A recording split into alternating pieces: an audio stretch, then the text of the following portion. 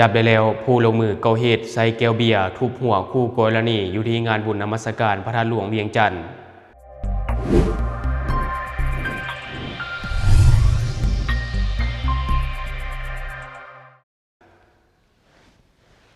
สบายดีท่านผู้ชมยินดีต้อนรับเข้าสู่รายการทอล์กเดอะนิว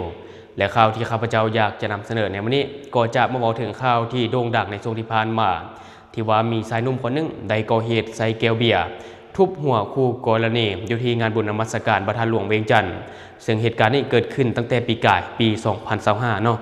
หลังจากก่อเหตุแล้วผู้เกี่ยวก็ได้เอาตัวหลบหนีไปอยู่บ้านเกิดจนในล่าสุดเจ้าหน้าที่ตำรวจก็สามารถนำจับตัวได้เดี๋ยวไปเบิ่งคลิปต้นเรื่องนี้นำกันก่อน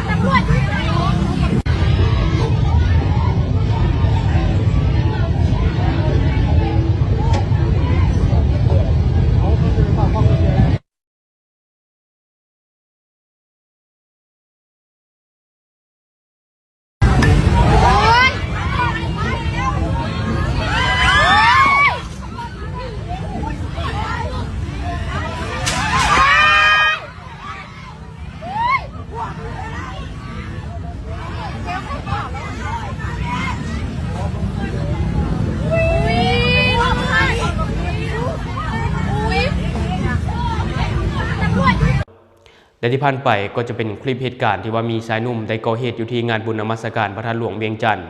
ซึ่งข่าวนี้ก็ถือว่าเป็นข่าวโด่งดังในช่วงที่ผ่านมาสังคมต่างก็ให้ความสนใจจนในล่าสุดนี้เจ้าหน้าที่ตำรวจสามารถจับตัวได้ซึ่งว่าในข่าวตัวนี้ข้าพเจ้าได้มาจากความสงบเนาะเพจความสงบซึ่งเป็นเพจของเจ้าหน้าที่แผนกตำรวจสืบสวนสอบสวนคดีอาญาห้องตำรวจกองบัญชาการปกสนครหลวงเวียงจันทน์ได้นำตัวท้าวทิพย์พสุขหรือท้าวหำน้อยอายุ32 ปีอยู่ที่บ้านหนองบ่อนเมืองปากกระดิ่งแขวงบุรีคำไซมาดำเนินการสืบสวนสอบสวนในข้อหาทำให้ห่างกายอิงตามการแจ้งความของท้าวสีดาเพชรหรือตุนีอายุ20 ปีอยู่บ้านฮองแก่เมืองไสเสถานครหลวงเวียงจันทน์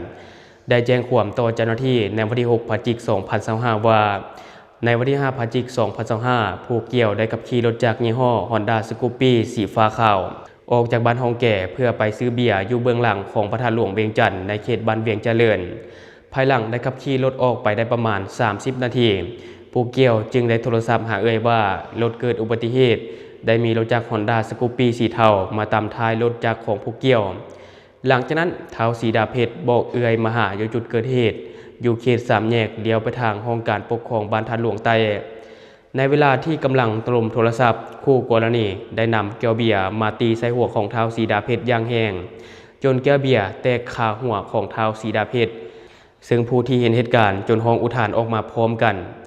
ในเวลานั้นหลังจากที่ท้าวสีดาเพชรได้เข้าไปแจ้งความต่อเจ้าหน้าที่วิสาสะเฉพาะได้ลงกวดกาสถานที่เกิดเหตุเก็บกำข้อมูลหลักฐานจึงสามารถฮู้ได้ถึงผู้กระทำผิดซื้อท้าวทิพย์พสุขหรือหำน้อย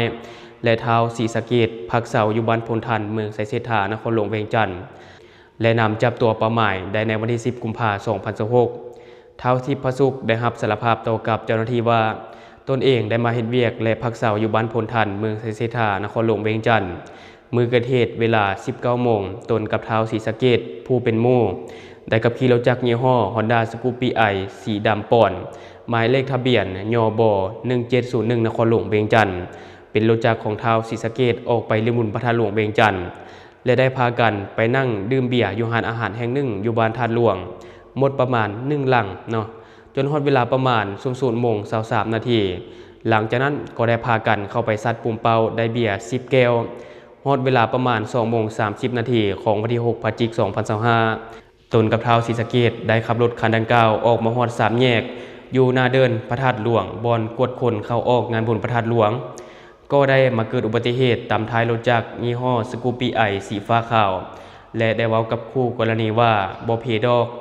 จากนั้นคู่กรณีก็ได้ลงรถมาพร้อมจับโทรศัพท์ออกมาโทรหาไผบ่ฮู้ตนจึงได้เว้าว่าซ้ำนี้มึงก็สิเอาเงินวะตนจึงได้จับเอาแก้วเบียร์ที่ซัดปุ่มเป่ามาได้ตีใส่หางคิ้วเบื้องซ้ายของคู่กรณีแ แต่แก้วเบียร์บ่แตกและได้ตีใส่หัวอีกบัดหนึ่งเห็นให้แก้วเบียร์แตกตนจึงย่างออกมาจากนั้นคู่กรณีก็ได้ก้มหน้าย่างนำตนอีกตนจึงได้นำแก้วเบียร์อีก1แก้วดึกใส่ผู้เกี่ยวแต่บ่ถึกจากนั้นก็ได้กลับมานอนอยู่บนที่ตนเองพักเศร้าจนถึงเวลา 9 โมงของวันที่6 พฤศจิกายน 2025ตนได้ไปเฮ็ดเวียกอยู่เดินเตะบ้านตามปกติจากนั้นหมู่ก็ได้ส่งคลิปตีกันอยู่บนพระธาตุหลวงมาให้เบิ่งตนก็เฮ็ดเวียกตามปกติจนฮอดเวลา 17 โมงจึงได้โทรหารถแท็กซี่มารับอยู่เดินเตะบ้านเพื่อไปส่งอยู่ขี่รถสายใต้และได้ขี่รถเมล์โดยสารกลับมาบ้านนาบอนเมืองปากกระดิ่งแขวงบริคำไสภายหลังที่ฮอดบ้านแล้วก็ได้ขึ้นไปอยู่ภูเขตบ้านนาบอน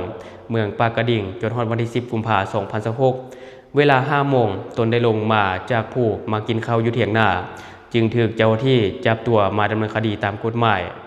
และที่ผ่านไปก็จะเป็นเนื้อในข่าวซึ่งว่าข่าวนี้ถือว่าดังแห่งในช่วงงานบุญนมัสการพระธาตุหลวงเวียงจันทร์ในปีนั้นซึ่งหลายคนก็วอนหน่วยงานที่เกี่ยวข้องให้นำจับตัวผู้ที่ลงมือก่อเหตุนี่นะมาลงโทษตามกฎหมายให้ได้โดยไว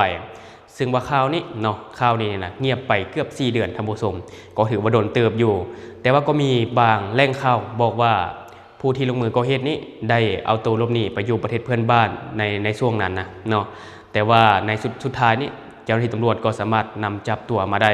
อันนี้ก็ต้องขอแสดงความสมเสยการเฮ็ดเวียกของเจ้าหน้าที่ตำรวจเพราะว่าข่าวนี้เป็นข่าวที่ฮู้กันเบิดเนาะเป็นข่าวใหญ่ว่าจังซี่ซะหลายคนก็ตั้งจับตาเบิ่งว่าเจ้าหน้าที่ตำรวจจะสามารถนำจับผู้ก่อเหตุมาลงโทษตามกฎหมายได้หรือบ่เพราะว่าถ้าจับบ่ได้แท้ๆเนี่ยมันก็เฮ็ดให้เกิมเนาะหลายคนก็เหตุหยังก็บ่ฮู้ย่านเพราะว่าก็เหตุไปแล้วนี่ไปเจ้าหน้าที่ก็บ่สามารถนำจับได้แต่ว่าข่าวนี้ถือว่าเป็นแบบอย่างที่ดีนะท่านผู้ชมและสุดท้ายนี้ก็ต้องขอแสดงความดีใจกับผู้เสียหายซึ่งว่าในปัจจุบันนี้เจ้าหน้าที่ตำรวจสามารถนำจับผู้ที่ลงมือก่อเหตุมาลงโทษตามกฎหมายเป็นที่เรียบร้อยและท่านผู้ชมได้คิดเห็นอะไรกับข่าวนี้เนาะก็อย่าลืมฝากไว้ภายใต้คอมเมนต์ของเราหรือว่าอยากตำหนิติเตียนหรือว่าอยากประกอบส่วนข้อมูลก็อย่าลืมเนาะฝากไว้ภายใต้คอมเมนต์ของเราแล้วเราจะเข้าไปอ่านและก็ตอบแลกเปลี่ยนประสบการณ์นำกันอย่าลืมสนับสนุนกันด้วยการกดติดตามช่องขอขอบใจ